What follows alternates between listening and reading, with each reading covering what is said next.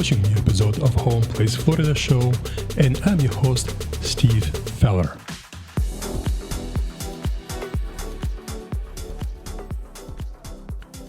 Welcome to Home Place Florida Real Estate Insights, the podcast where we dive deep into the heart of housing market. Today's episode is a crucial one, as we unpack the complex world of housing affordability. We'll explore how current market conditions are snapping at dreams of homeownership and what does it mean for future landscape of the real estate. Let's go.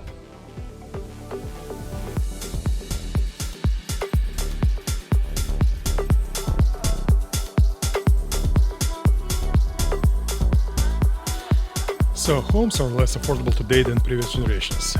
We keep hearing this every single day, and it's all over the place. It's basically all over the media. And today's discussion will be exactly about this. In this episode, I want to talk about house affordability and as we live right now in 2024 and how it affects current real estate market. It affects current real estate market, and if some people who really did not feel it yet, they may feel it, or if people who are looking to buy new homes definitely know what I'm talking about. So let's dive in. First, in 1967, home prices were about $22,700 and median income was $7,143 a month. And home prices were 3.2. And guys, I'm reading this from stats that I pulled from different various sources. And home prices were 3 times larger than income. So what basically means is that if you make certain amount of income per year, then the home price will be about 3 times of your yearly salary, or not your specific yearly salary, but your household income. That's maybe for the entire family, so spouse, husband, wife. Or in 2024, median home price is $440,000. That's approximately a little bit over 440. And again, this income is estimated $75,000. That's a home household income, $75,000, right? So what does it mean? That means we're 6 times larger. So basically than household income. So basically what does it say? We have 6 times larger home prices, medium home price. I'm not saying this is just every house, but medium home price, 6 times than household income.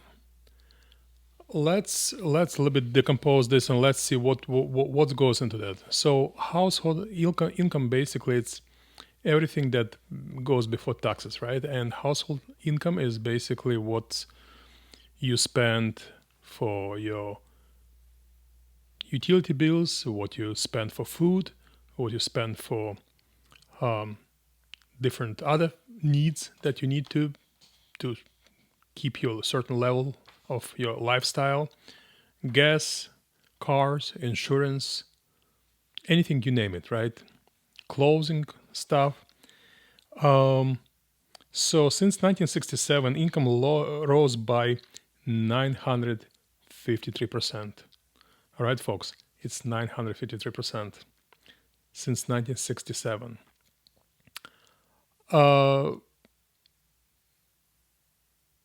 But while house prices surge, are you ready?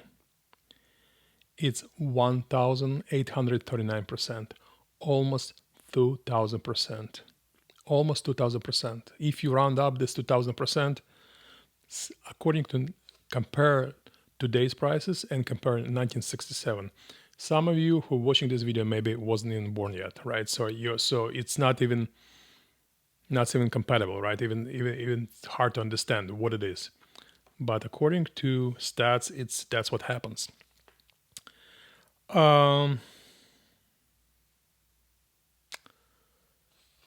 what is the major factors that drove these prices up, right? Well, first of all, every economy, it's healthy or not very healthy, or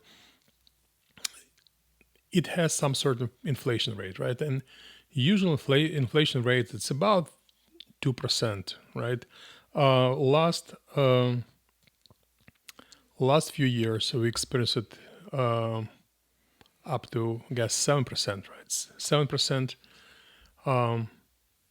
inflation rate. That's not normal. Basically, the money, US dollar, losing value about 7% a year, which is obviously will somehow compensate. So basically, whatever you make, your purchasing power decreases 7% every year, right? And here's what happens is, so when Federal Reserve decreases, or we had almost a decade for literally nothing, right? There was almost zero, right? Interest rate, and banks barely charge some percent, like 3%, right? So the lowest, I think, was 2.5% interest rate. Lucky those who locked those interest rate and were able to purchase houses in that time. But in fact, what happens is interest rate cause unbelievable demand on the market. So now interest rate is low and everybody were able to pursue their American dream and buy their homes, right? What happens when you have undersupply and over demand? Because when you have a lot of homes to be built yet, and there's a shortage of material, for example, like when COVID hit it, the whole world, not just United States, but the whole world, we had a surge in prices as probably nobody see it before. It's unbelievable.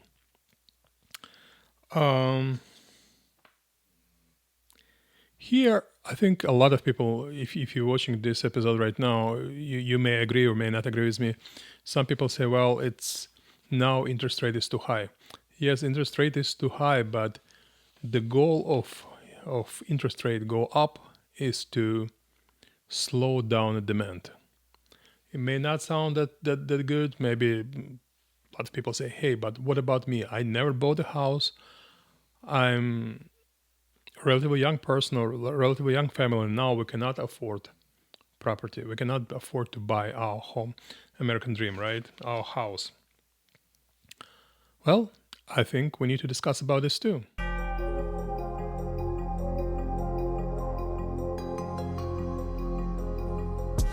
So, and to support my previous statements, I want to say that, just give you some examples. Again, this is a stats that I brought from different various sources. And if you invested, for example, if you invested certain properties in certain markets, because obviously real estate market it fluctuates, and what's always location, right? And price. So if you happen to buy something in New York in 1990,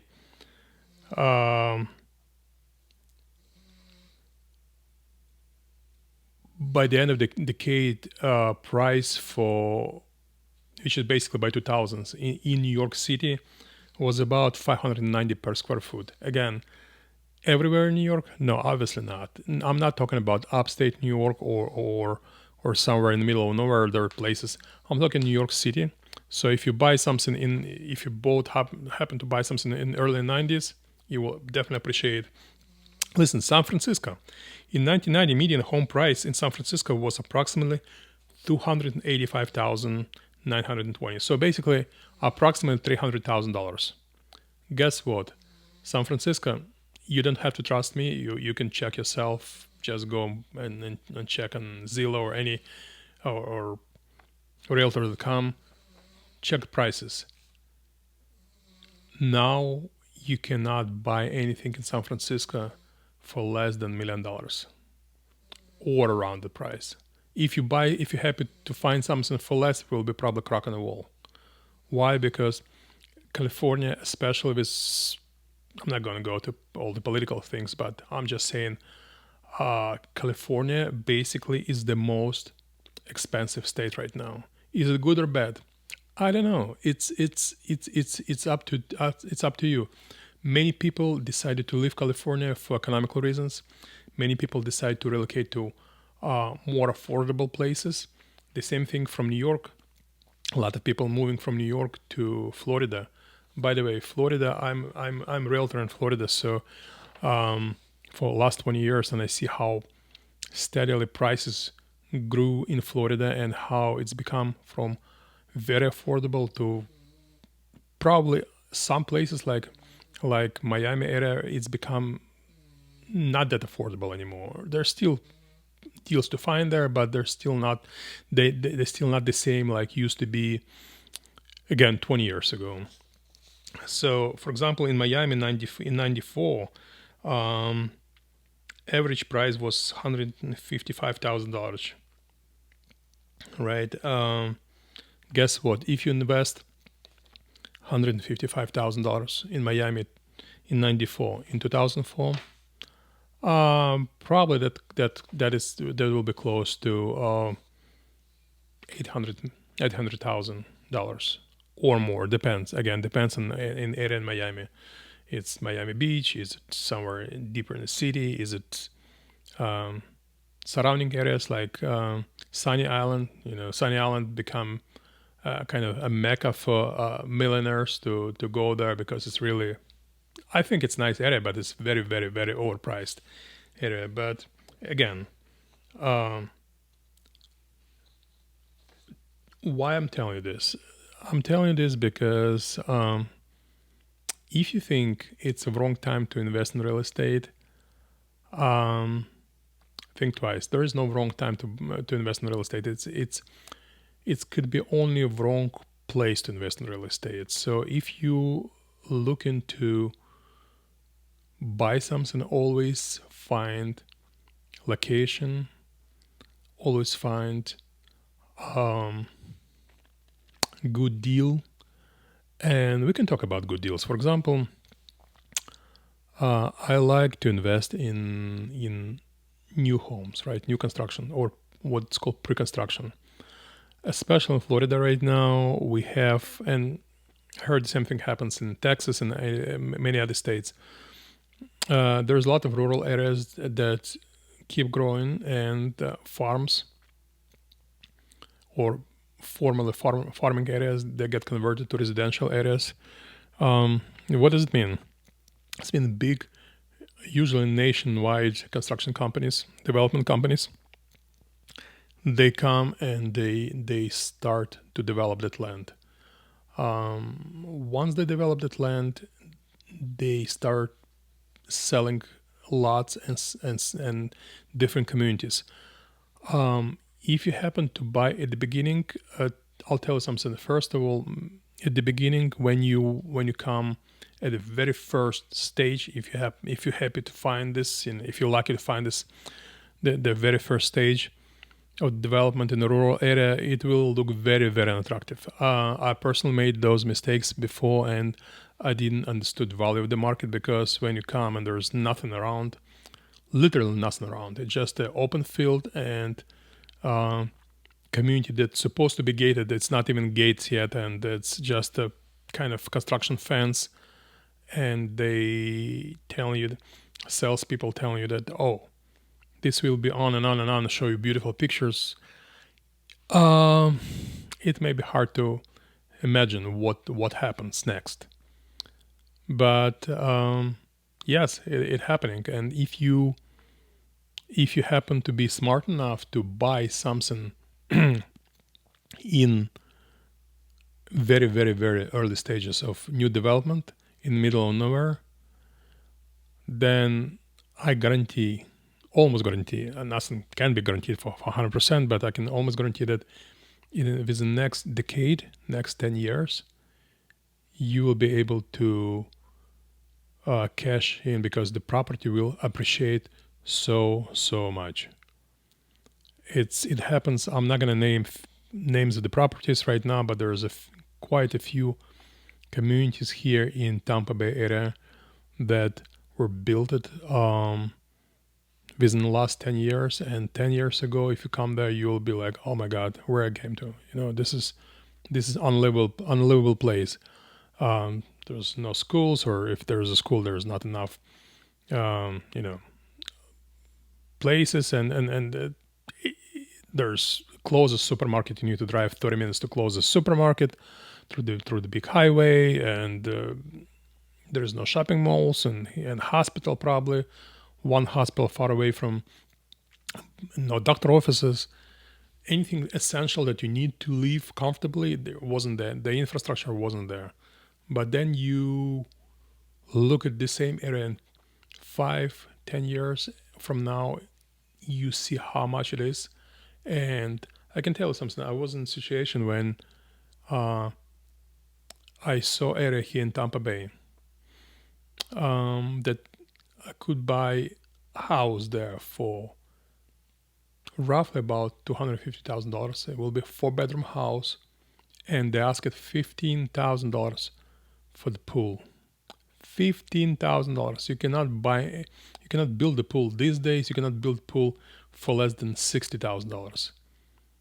And if you want a good pool with good tile and good finish and big enough, that probably will be close to $100,000, right, or $90,000. In those days, they're asking $15,000 for the pool and about $250,000 for the property, 4-bedroom, 2-story home. I remember I looked at it, and we saw this, and like, you know what? No, thank you, but no. I don't know what happens. I don't know. It probably wouldn't be enough of my lifetime to live that long to see something good happens here. Guess what? I was terribly wrong. It's a good area now. It's a very fancy area. Have beautiful schools, colleges, hospitals, shopping malls, you name it. And the most important thing is that right now, properties that go starting $700,000 and up. Definitely, you can find smaller units, smaller houses, which will about 500,000, but nothing less. Nothing less. So you can see how much it appreciates, right? To wrap up today's conversation, I think we need to understand that real estate is always allocation and always price. So when somebody tell you that it's not affordable anymore, don't believe it. Just check yourself, contact real estate agency, contact someone who understands. I practiced real estate for many years in Florida, here in Tampa Bay area, and like I said, I saw everything. I understand a lot of things, what happens, and a lot of things what will happen here in this area. It's rapidly developing. Definitely do not do not try to go those locations that fancy, overpriced, and because you always will be late to the party, right? If you're a young new buyer and you want to enter housing market, try to find a deal. Try not to find something overpriced that you cannot afford, and then you will be regretting that you bought, and you will tell, I don't know what happens to this real estate. I'm losing money. I'm losing money in my apartment. I'm losing money in my house. I'm losing money in this investment because it's not real investment for me. For me, it's a money pit, right? So anytime you need to buy something, you need to estimate. You need to make plan, and that's the name of the game, right? Plan how you will enter this business, enter this, say, project, right? And how you're gonna get out. How you're gonna get out is basically you plan that if I buy for this price, this is the market estimates, this is how it goes. I see potential here, and within the next 10 years, either continue to live here or I'll be cashing out and move somewhere else. But I'll make money. I definitely make money, not lose money. All right. So that's it for today. Thank you for everyone who was watching this video. I hope it was informative.